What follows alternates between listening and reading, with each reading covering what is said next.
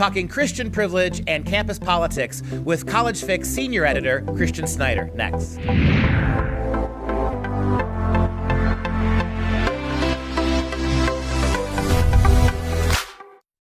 Hello, I'm Dr. Duke, and this is the Campus Roundup at the College Fix. This week, we're looking at the perception of Christian privilege and a lot of other privilege on college campuses. To talk more about this, we welcome College Fix senior reporter Christian Snyder. Christian, welcome to the program. Hey, thanks for having me. Wrote an interesting article, here in Wisconsin, Viterbo University. Title of the article is White Male Heterosexual Christian Privilege is Everywhere, Students Are Told. Talk a little bit first about this panel and what they were trying to do at Viterbo. Yeah, so last Tuesday night there was a panel put together by Viterbo University, which is it's actually a small Catholic college on the west side of the state in La Crosse, Wisconsin, and so they put together this kind of white privilege conference that they called "Unpacking the Invisible Knapsack," which is a term used by one professor to say, it's all the tools of oppression, the invisible tools of oppression that white people carry around in their knapsack to oppress people of color. So I made the drive, went over there just to see what they were talking about, and of course, as soon as it got started, it went from simply just talking about white privilege to any number of privileges that the panel members wanted to discuss. Yeah, it's interesting, isn't it? I can't get beyond the invisible knapsack. If the knapsack is invisible, it's not a thing, right? When you try to put things into your invisible knapsack, nothing stays, right? This is the kind of thing that gets me. This is, if we have reached the point as a culture where all of this hideous oppression is utterly invisible, it can't be really measured, it can't be really seen or empirically verified in many ways, yet we still talk about this as if it were the most obvious thing in the world. And why is it that highly educated college professors can't seem to make a distinction between, we've had to invent microaggressions because we've run out of macroaggressions. Talk a little bit about the concept of the invisible knapsack, and how did the people at the panel respond to this, the audience respond to this? Well, yeah, in large part, it was a talk about kind of intersectionality, which is, somebody actually even got a question about, well, are poor people, poor white people, are they privileged as well? And of course, the answer is yes, because one of the panelists said her father was in World War II and came back, and the GI Bill was available only to white soldiers, and so therefore, even though they didn't have a whole lot of money, they were still privileged. And that's an example from 75 years ago-ish. And so, they're basically ranking, who has privilege, based on intersecting, types of microaggressions or whatever. And so they just went on and on. One of the panelists said, he was an African-American male who's a professor at Viterbo. He said, well, he just got pulled over the other day by a cop, and he was afraid of what might happen.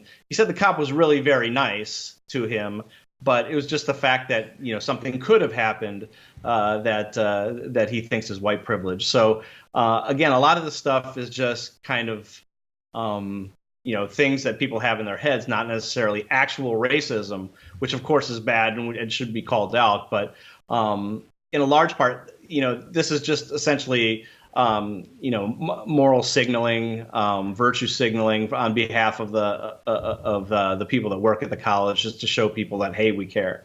Things that happened 75 years ago, things that could happen. That's true for all of us, right? I could get hit by a bus tomorrow. That doesn't mean that bus drivers have a particular privilege over me.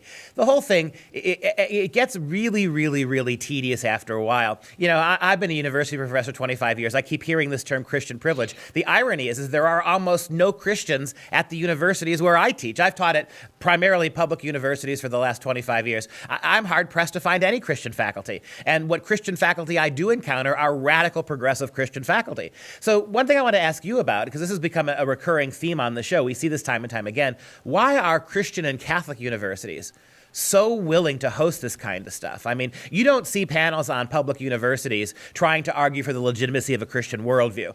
But on Christian universities, this Catholic University of Viterbo, they're more than willing to invite panels to campus that simply rip apart the fundamental tenets of Christianity. And there are no Christian defenders at the Catholic school. There wasn't a single Catholic on that panel defending Christianity. So what is it about these universities that call themselves Catholic and Christian that makes them want to self-flagellate themselves like this was the Middle Ages? Yeah, I mean, they're telling students at a Catholic university that you all have Christian privilege, which, I mean, wouldn't the answer to that be not to go to a Catholic university? I mean, wouldn't they want to send them somewhere else? So at the very end, which is kind of funny, they say they wrap up all their panels by saying, how does this fit into the Franciscan view? Because it was a school founded in 1890, I think, by a Franciscan order of nuns. And they all gave answers. Well, we're showing that we're compassionate and that we work hard and kind of all this stuff, when none of this has actually anything to do with, being Franciscan or being Catholic or anything like that. The interesting thing is, one of the panelists kind of went on and on about male privilege, when in fact Viterbo didn't actually even allow men into the university until 1970. It was a completely female school. So you want to talk about male privilege when even today, I think less than a quarter of the student body there is male. So it's a Catholic school complaining about Christian privilege, and an almost all female school complaining about male privilege, which is, it's completely bizarre. Yeah, and invisible knapsacks make it work. We think a little bit about this argument that's being made. I go back. Instead of going back to all of this, post-structuralist theorizing, what if we went back as Catholic schools to the life of Francis himself, right? Francis was somebody who clearly had love for everybody. He did see, by the way, the poor of any race, of any creed, as more than worthy of our attention as Christians, more than worthy of the attention of society. And yet somehow Francis was so inclusive, way back in the Middle Ages, so inclusive of all in terms of the love of God. And you see when these panels make their way to Christian campuses, they're nothing but accusatory. They're damning everything. They are arguing that there's such structural racism and sexism and bigotry and homophobia regards with all of this that they're pulling the institutions down. And I guess that to me is the biggest problem here. I said this already once, but again, when you have to invent things, when you have to talk about microaggressions and go back to the founding of the school in the 19th century and the mandate here, right? Intersectionality is what I want to ask you about. Seems to me that intersectionality is nothing more than a way progressives now began to realize that homosexual claims were beginning to compete with feminist claims, that socialist claims were beginning to interfere with racial claims. And so consequently, intersectionality was invented to blame all of it on the same very small dwindling number of people without having to account for its own internal inconsistencies. Seems to me that that's what I'm seeing in this panel at Viterbo. Yeah, I mean, you're even starting to see this in the presidential race. Pete Buttigieg of the South Bend mayor is gay, and now you have leftist magazines saying, is he gay enough? Because he's a white male, that he has all this privilege above, and it just gets to be such a headache. And if you've read Jonathan Haidt and Greg Lukianoff's book, a lot of the work that they do is about how a lot of the super race conscious type of thing, intersectionality and all that, does more harm than it does good, because it pits everyone against each other, rather than kind of we all have this thing in common that we can all work to better. It makes us an us versus them, and this panel at Viterbo was absolutely us versus them. It was we should take these people with privilege down a peg in order for us to rise. They definitely see it as a zero sum type of thing. So, and it's happening on Catholic campuses everywhere. And the irony is the real privilege is these academic theorists. They get to say these things. They get to insist upon these things. They don't have to offer empirical evidence. Anecdote. Can you imagine if we were making an argument from Christianity in a college panel, back when you could do that, and all the evidence was anecdotal? Well, when my grandmother came here in the 1930s, the Catholic Church embraced her. And so therefore, that's why we should be all Catholics today. They would laugh in your face. But the idea that they don't have to prove, they don't have to resort to empirical evidence. They don't have statistics and data on their side. It's all just subjective and very squishy and feely. And the audience is supposed to sit there and listen. Last question, did any of the kids in the audience or any of the other professors that were at this conference, did they push back at all against this, or were they just kind of absorbing this and communing with their sense of guilt? Oh no, there was no pushback whatsoever. It was everybody there.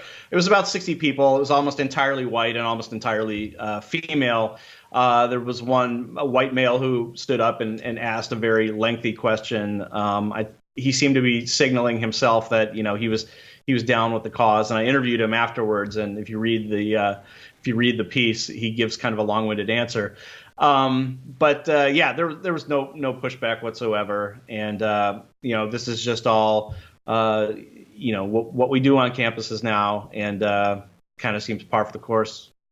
We talk and you listen. That seems to be Exactly. contrary to the ethos of what they're trying to tell us. Christian Snyder, thank you so much for your time today. Be sure to stay up on all the latest news and information from the College Fix by joining us on all of our social media platforms. For the Campus Roundup, I'm Dr. Duke, and we'll see you next time.